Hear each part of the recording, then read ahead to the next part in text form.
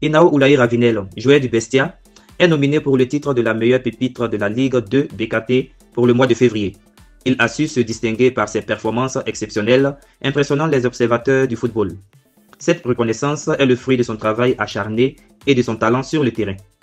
C'est une belle reconnaissance pour Inao Oulaye Ravinel. Il montre à quel point le football ivoirien regorge de jeunes talents prêts à se faire un nom sur la scène internationale.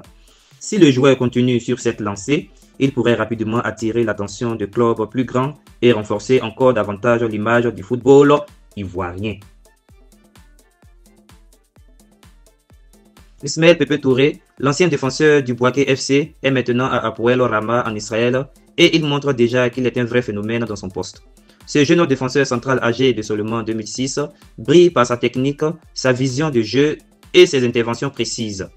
Il enchaîne les matchs avec une progression rapide et se montre de plus en plus mature sur le terrain. Avec la CAN U20 qui approche, Ismaël pourrait bien être l'un des piliers de la sélection ivoirienne grâce à sa solidité défensive et sa capacité à relancer le jeu de manière efficace. Un talent à surveiller de près pour l'avenir. Ismaël Pepe Touré représente un bel espoir pour le football ivoirien. À seulement 2006, il a déjà montré une grande maturité et un potentiel énorme. Sa capacité à s'imposer dans un championnat aussi compétitif que celui d'Israël en dit long sur ses qualités. S'il continue de progresser à ce rythme, il pourrait rapidement devenir un cadre incontournable de l'équipe nationale.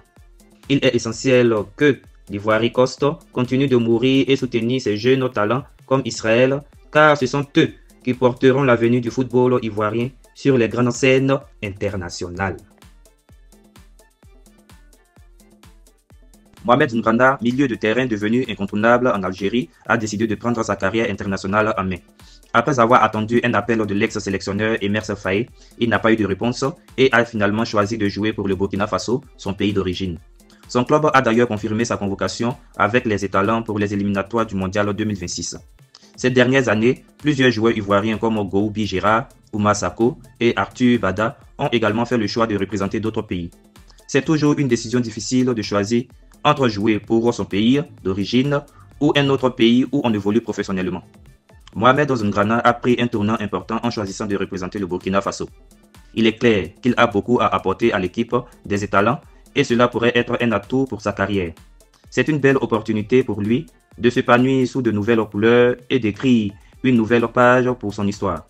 Cela montre aussi que les joueurs sont de plus en plus prêts à saisir les chances qui s'offrent à eux, même si cela implique de changer de nationalité sportive.